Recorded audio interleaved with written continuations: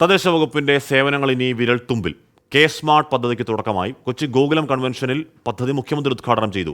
8 സേവനങ്ങൾക്കാകും തുടക്കത്തിൽ K smart വഴി ജനങ്ങളിലേക്ക് എത്തുക.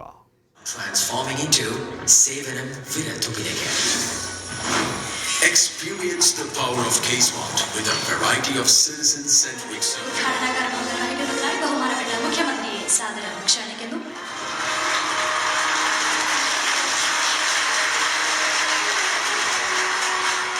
തദ്ദേശ സേവനത്തിനുള്ള പുതിയ ഓൺലൈൻ പ്ലാറ്റ്ഫോമാണ് കെ സ്മാർട്ട്. നേരിട്ടെത്താതെ തന്നെ ആപ്പ് വഴി തദ്ദേശ സ്വയംഭരണ സ്ഥാപനങ്ങളിൽ നിന്നുള്ള സേവനങ്ങൾ പ്രയോജനപ്പെടുത്താനും പരാതികൾ സമർപ്പിക്കാനും കഴിയും. ആദ്യം കോർപ്പറേഷനുകളിലും നഗരസഭകളിലുമാണ് സേവനം ലഭിക്കുക.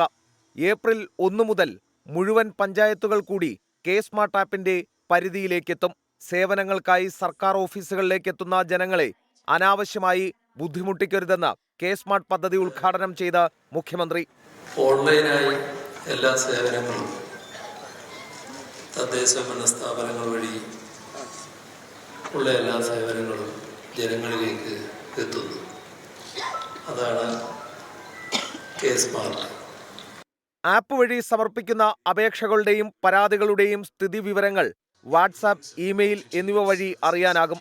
തുടക്കത്തിൽ ജനന, മരണ, വിവാഹ രജിസ്ട്രേഷൻ, വ്യാപാര വ്യവസായ ലൈസൻസ്, വസ്തുനികുതി, user management, file management, finance module, കെട്ടിട നിർമ്മാണ അനുമതി, പൊതുജന പരാതി പരിഹാരം എന്നീ സേവനങ്ങളായിരിക്കും ലഭിക്കുക.